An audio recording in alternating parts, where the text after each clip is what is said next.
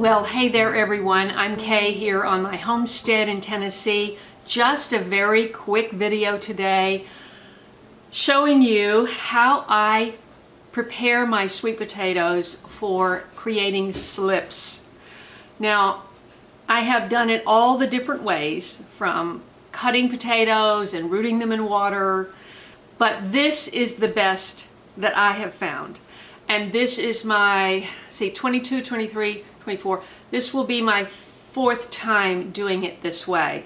And I just wanted to share it with you. It's not too late if you're, especially if you're in zone 7 or colder. So I plant my sweet potatoes, I have for the last 22, 23, 24 on June 1st. And they're 90 to 100 days, so that puts you at the end of September. Let's see, that's June, July, August. Sometime in September, it's usually halfway or all the way through September before I get the sweet potatoes out. And I have harvested, doing it this way, I have harvested between 250 and, well, 200 and 250 pounds of sweet potatoes, more than I can use.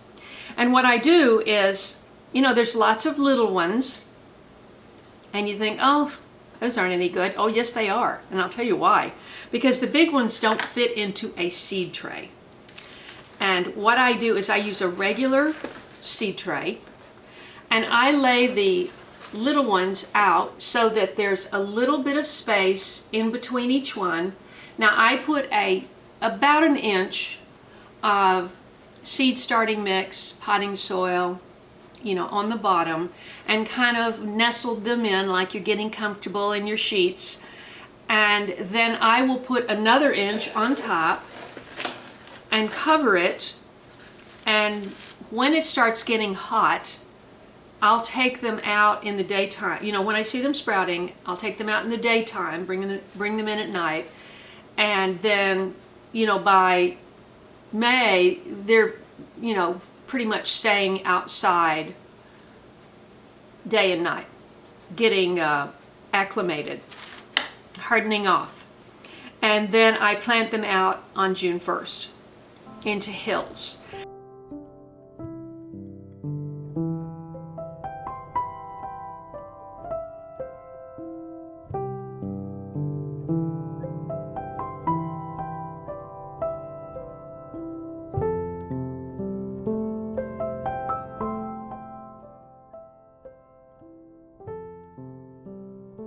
The beauty of doing it this way is each one of these potatoes theoretically will create sprouts. If you just use one big one, most of the sprouts are going to come off the slips are going to come off the end, off the top end.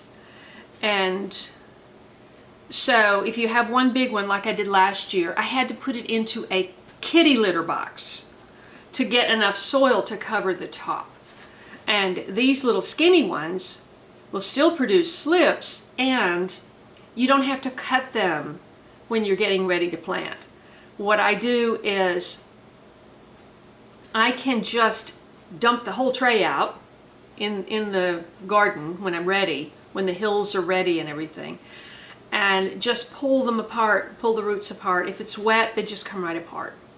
Holy cow, look at this blanket of roots. How do I divide that up? It's like a saddle blanket.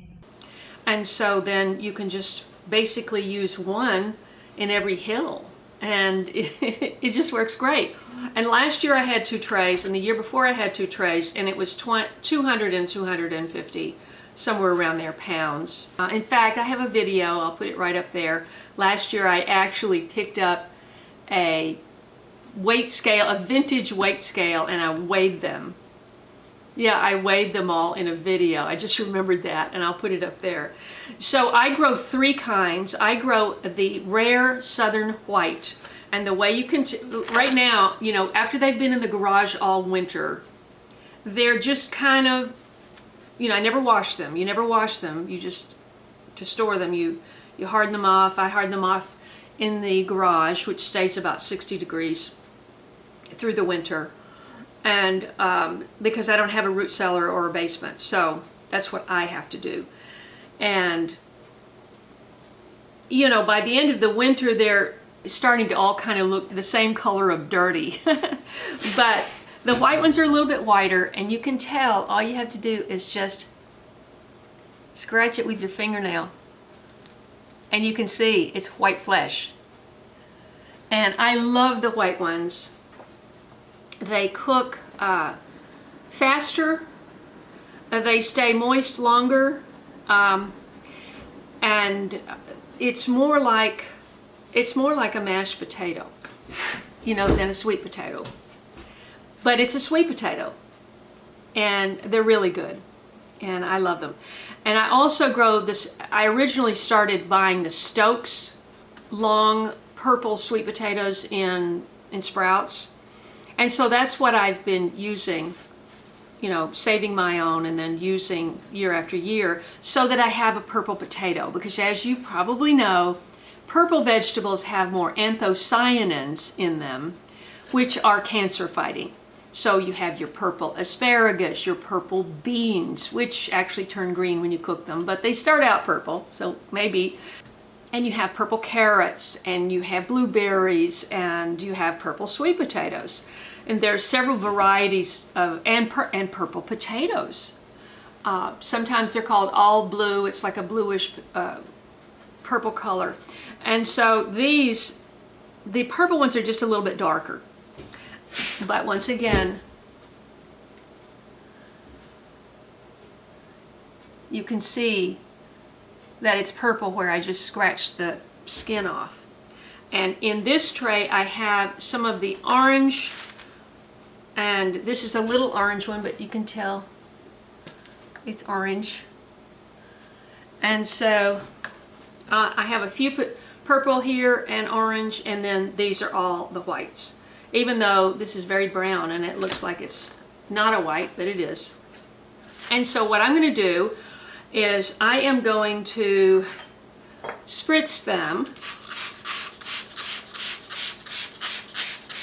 just to get a little moisture, because the seed starting mix, I was going to do this right out of the bag a few days ago, and I didn't get to it, and it dried out. So I'm giving a little moisture to start with, because it needs a little pep talk, you know.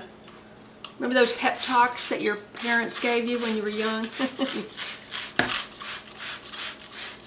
Okay, so that's nice and damp. And then I'm also going to add, you don't have to do this for the sprouting part. You do want to use a fertilizer for potatoes that has a higher content of K, which is the NPK is potash.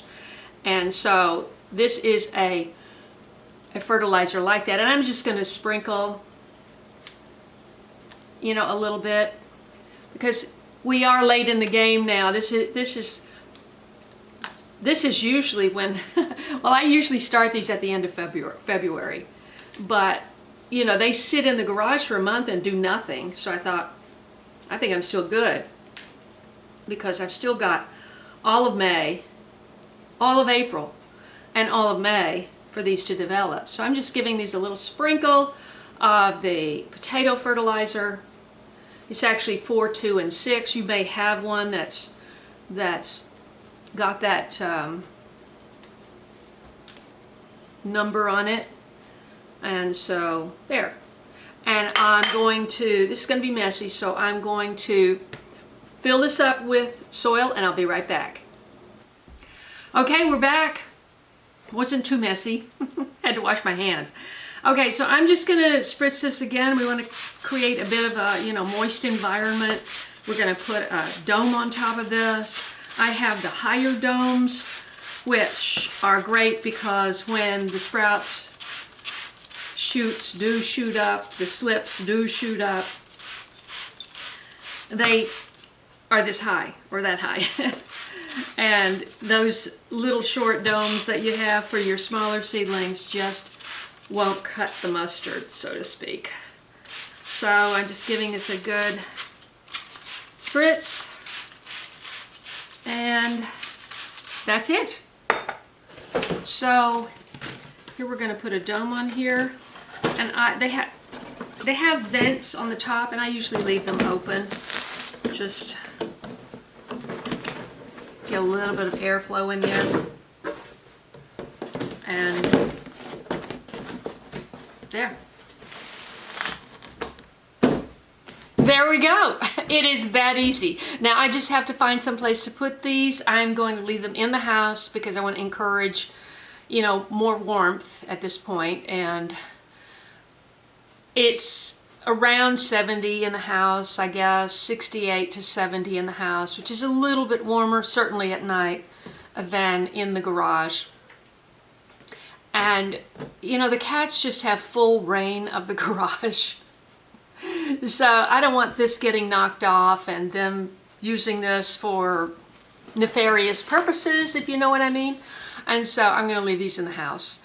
So I will report back on this, but this has been very successful for me for the last, this will be my 4th season, and I'm excited about this coming season.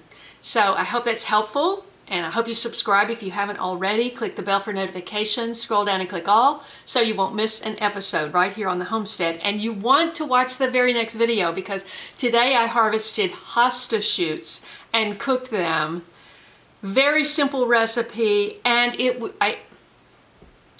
I'll confess, I ate the whole thing. After I turned off the camera, I ate the whole thing. It was that good. So don't miss it. See you next time. God bless.